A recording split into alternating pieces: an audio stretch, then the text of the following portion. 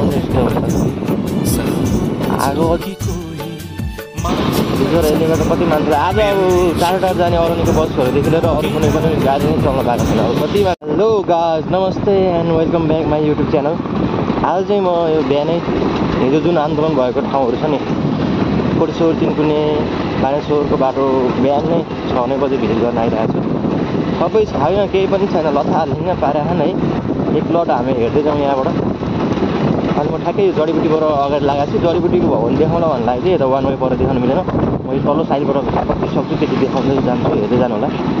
छैन यहाँतिरसम्म ढुङ्गा मुढा छ कि दिल्ली बाटै पाराखाना दिल्ली बाटो के भन्ने त्यो ट्राफिक बिल डलाइदियो आगै लगाइदिएर भ्याएछ नै के भन्नु थियो कसलाई दुध दिनु।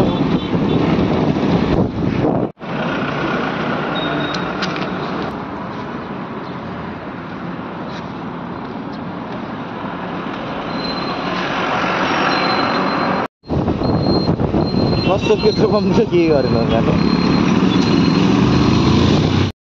यहाँ चाहिँ देख्न सक्नुहुन्छ हेर्नु है ढुङ्गा मुढा इटा कहाँबाट ल्याएला यो यिनीहरूले यदि ल्याउँदा भने यति दिन्छु भनेदेखि के गर्थ्यो यो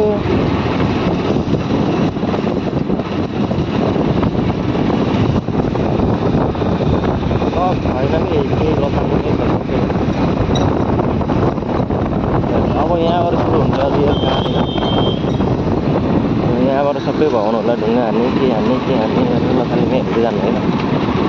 अघि म बिहान यता आउँदाखेरि त उताबाट बानेश्वरबाट यता छिर्नै दिएको थिएन। अहिले चाहिँ यताबाट जान चाहिँ तिर लाग्छ लागिरहेको हो। केही छैन लथालिङ झन् यहाँ आगो लागेको भवन र एकजना पत्रकार बिचमा भएको भवन नै अगाडिपट्टि हो आउनै लाग्यो अब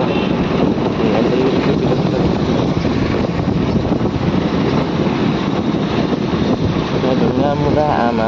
यो कहाँबाट ल्याएको थिएँ लिएर तिमीहरूलाई यति दिन्छु भनेदेखि कसले ल्याउनु थियो नापेर हिँड्नेलाई नदिएको यसरी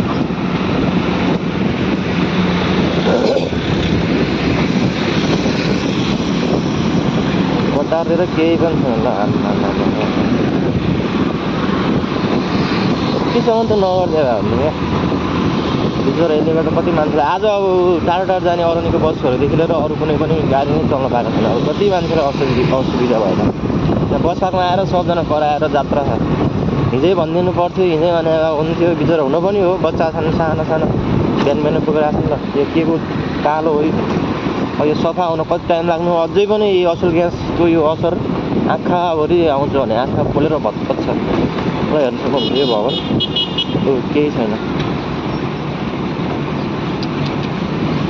त्यो पल पाडा खाने ल अब यो कति महँगो छ होला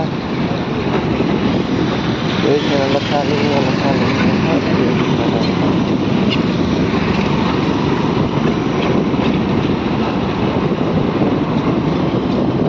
पलै पल हाल्ला जस्तो घर त नबनाइ नै हुनुहुन्छ भन्ने भयो होला मान्छेहरूलाई। अब बनाउने संरचनाहरूमा यस्तो चिजहरू हाल्दैन कि जस्तो लाग्छ मलाई नेपालमा। यही धोत्रा कसको सम्पत्ति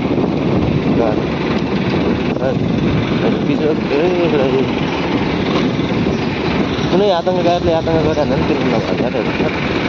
बिचरा सफा गर्ने गाडी पर गइरहेको हो त्यसले किन सफा गरेर भ्याउँछ। पहिला त मान्छेहरूको नियत नै फोर्छ।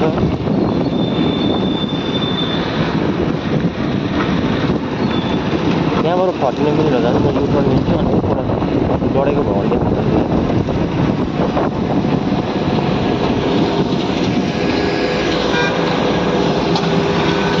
जान दिने हो कि होइन जाँदैछु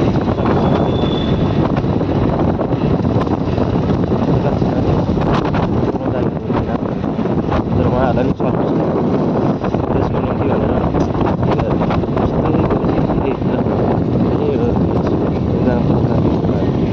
अझै सक्नु आगो अझै पनि निगारेको अनि क्षतिपूर्ति कसले दिने जस्तो होला एउटा इन्सुरेन्सले होला केही गर्ला इन्सुरेन्स पनि खै आग लागेको केही गर्छ गरेन त्यो पनि मलाई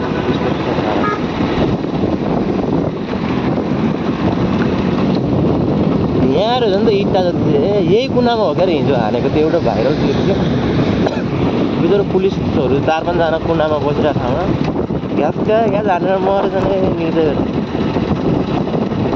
जानु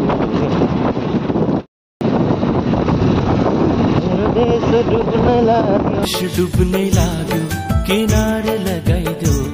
सपुत छौ कि कोही माझी बचाइदेऊ मेरो देश डुब्नै लाग्यो किनारे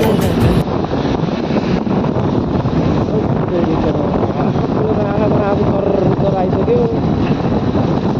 आजै चाहिँ फेरि माइक ल्याउने बिर्सेँ मैले कति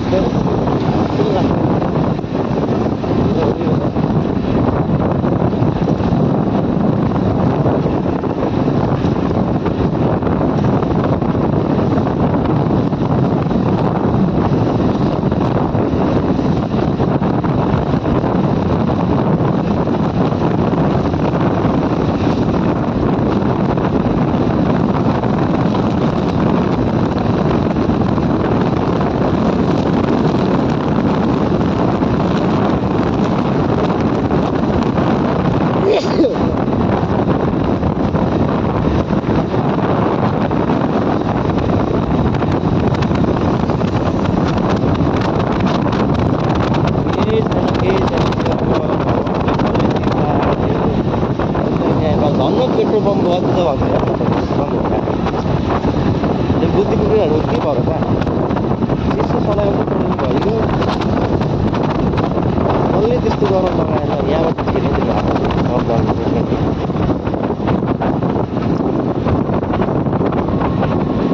ठिक त मेरो लागि सेना नै ठिक हो क्या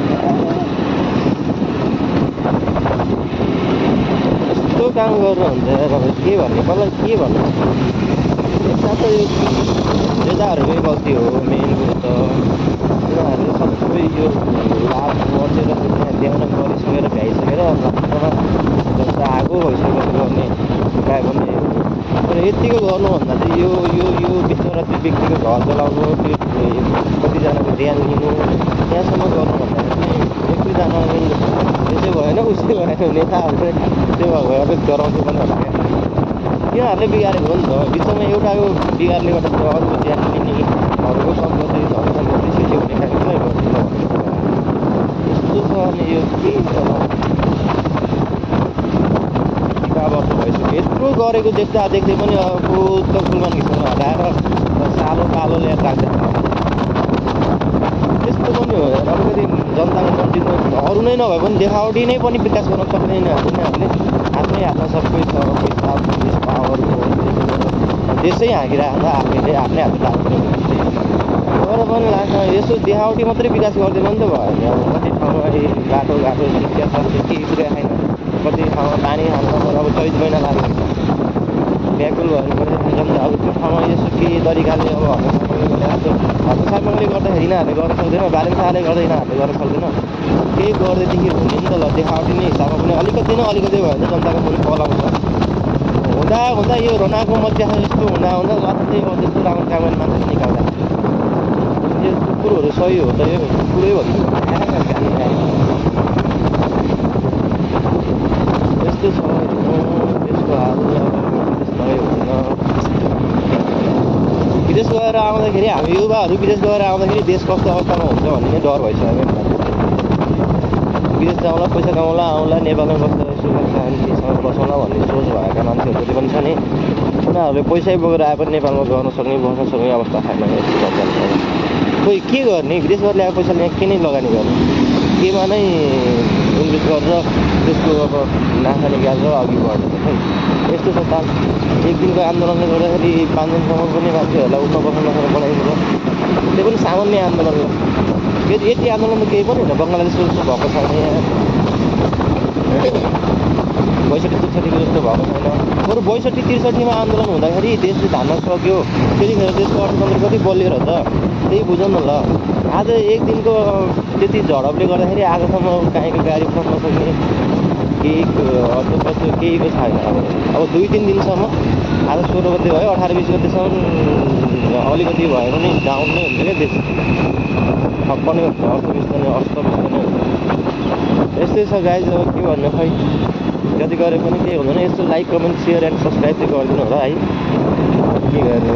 अलिअलि नेताहरूले भिख माग्नुहुन्छ भने हामी युट्युबरले भिख माग्नु कुनै सामान्य कुरा भएन।